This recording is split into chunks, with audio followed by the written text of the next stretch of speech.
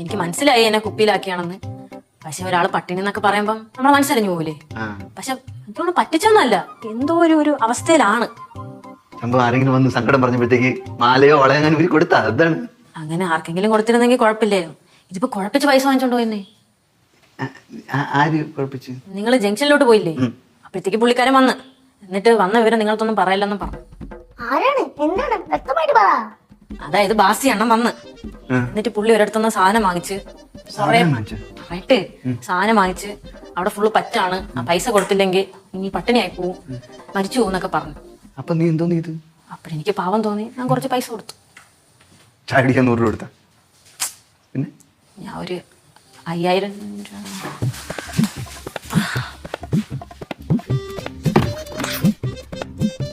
കണ്ണു തപ്പിയപ്പോ സെന്റ് അടിച്ച് പൈസ വാങ്ങിച്ചോണ്ട് പോയി. സാരമില്ലെന്ന് 2 മാസം കഴിയുമ്പോ തിരിച്ച് പൈസ തരും. ഓ തരും. നീ താണ്ട പാറമടയുടെ സൈഡിൽ പോയി ഇങ്ങനെ കുത്തിയിരുന്നു.